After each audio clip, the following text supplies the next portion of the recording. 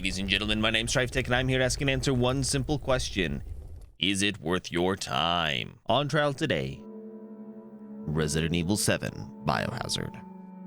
Released in January of 2017, this was made by Capcom. Now, you probably recognize this name from games like Mega Man, Street Fighter, Devil May Cry, and the rest of the Resident Evil series. Resident Evil Biohazard is a first-person survival horror game and very different than the previous Resident Evil games. It is available on PlayStation, Xbox, PC, and any links I can find will be in the description down below. Now, I've actually found it pretty difficult to write this review, not because it's a bad game or anything, but because it's a horror game. The genre relies on its unpredictability to keep you guessing. What you think is going to happen almost never happens, and those who love horror love this aspect. So for me to tell you any of the main plot points or show you any of the big moments would absolutely ruin it. Now, in all my games, I try to make sure I don't spoil anything. It just becomes a little bit more difficult with horror games, especially ones like this that build themselves from the very beginning. So anyhow, with that disclaimer, let's jump in.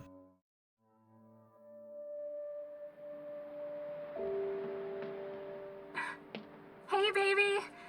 I just wanted to send a quick hello and I love you. Oh, good news! I'm gonna be coming home soon. Yay! Oh, I cannot wait to be done with this babysitting job and come home to my loving husband. I miss you. Oh, I gotta get back to work. I love you, Ethan. I miss you so much. I'm sending tons of kisses.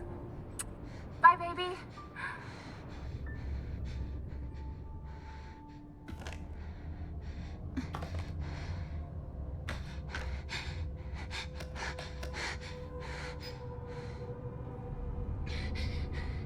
Ethan. You were right. I did lie to you. I shouldn't have, but all I can say is that if you get this, stay away.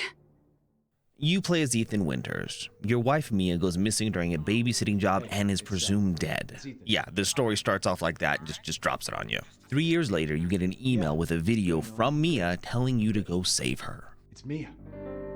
She's not dead, she's alive. She's back. They found her? How? What happened? I don't know. Look, I don't know how, but she's back. She's back somehow. Maybe it's a prank, but she wants me to come and get her. Where is she? Dulvey, Louisiana. So you travel to Louisiana and you find her in a derelict plantation.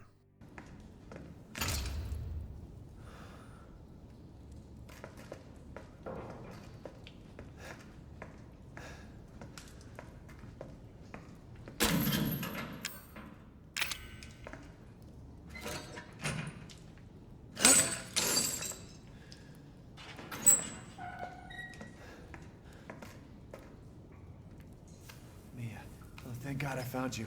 It's me. It's Ethan. Ethan? Ethan? Are you all right? You shouldn't be here. What do you mean? You contacted me. No, I wouldn't.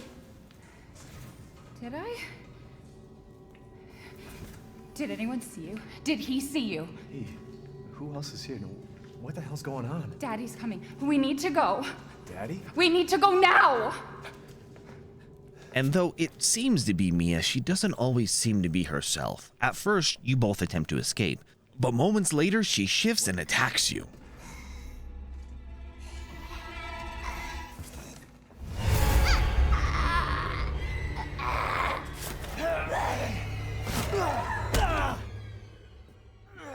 When your scuffle has ceased, you are captured and sat down to have dinner with the Bakers. Welcome to the family, son.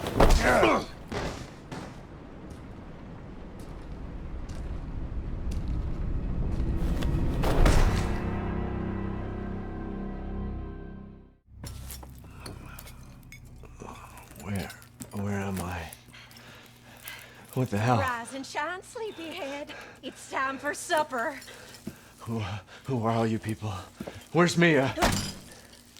They claim Mia is now part of their family and you can't take her. And that's where I'm going to stop with the story. A lot of the horror elements along with the gameplay itself sort of hinge on the development of the story, so me giving away any more information would be a disservice. The story is good, but this is part of the horror genre. So think about the horror movies that you've seen and how unpredictable they are, and yeah, that's what you're in for. This is a survival game, so ammo and items are limited. You'll often be making difficult decisions, such as do you craft another health item, or do you go through and make some more ammo? Do you fight, or do you run? The wrong choice will likely make your life more difficult. You'll spend most of your time wandering around trying to find Mia and solving puzzles that no human would ever construct. Like, every locked door is the most convoluted contraption. There's this bird door thing, there's this three-headed dog door, this bull door, and then these shadow puppet puzzle things.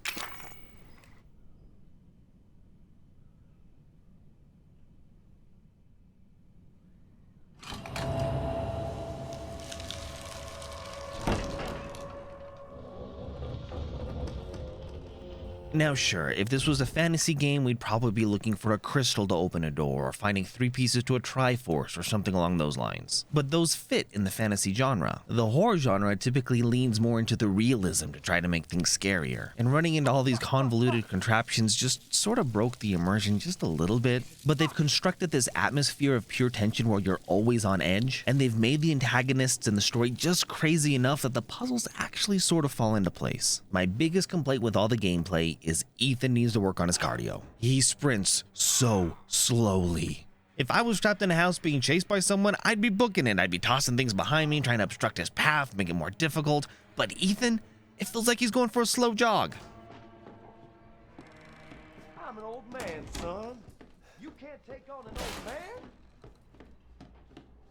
Oh, yeah, and the healing yourself, you just dump liquid all over your arm? The arm that was cut off, stapled back on, and still works. Horror doesn't always make sense. This game is 5 years old, but it looks incredible. The textures and environments almost look realistic, and what this does is immerse you more into the game and really adds to the horror. It did run perfectly well on my rig, but my rig is a little bit of a beast, so I decided to put it through some paces with some of the other rigs I have laying around. So I loaded this onto my streaming rig, which doesn't seem to ever get used.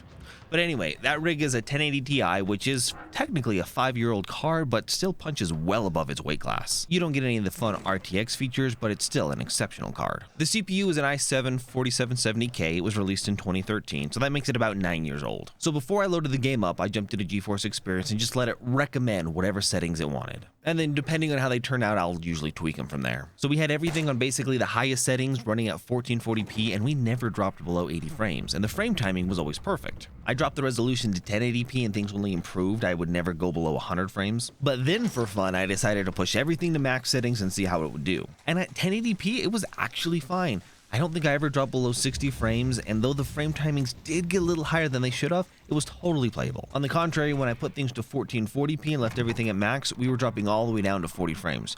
Now, that's not bad, but what was bad is the frame timings got so high it was unplayable. Let me quickly talk about frame timings. All it is the measurement of how often a new frame is written onto the screen. When everything is working as it should, the frames and frame time should correlate. So for example, at 60 frames per second, a new frame is written every 17 milliseconds. At 144 frames per second, you get a new one every 7 milliseconds. Now, what can happen is your game will show you're getting a perfect 60 frames, but it won't feel right, and that's because that frame time is getting higher than 17 milliseconds. This leads to sort of a desync and something you'd probably call lag. You'd move your mouse across the screen and try to look around, and it just wouldn't keep up. It always felt like it was like maybe a half a second behind you. Now, typically this occurs because there's a bottleneck somewhere in your system. In this case, you can see the GPU is maxing itself at 99%, and the CPU seems to be doing okay. It can also occur if you have things running in the background, bugs in the game, unoptimized code, so on and so forth. Anyway, moving on.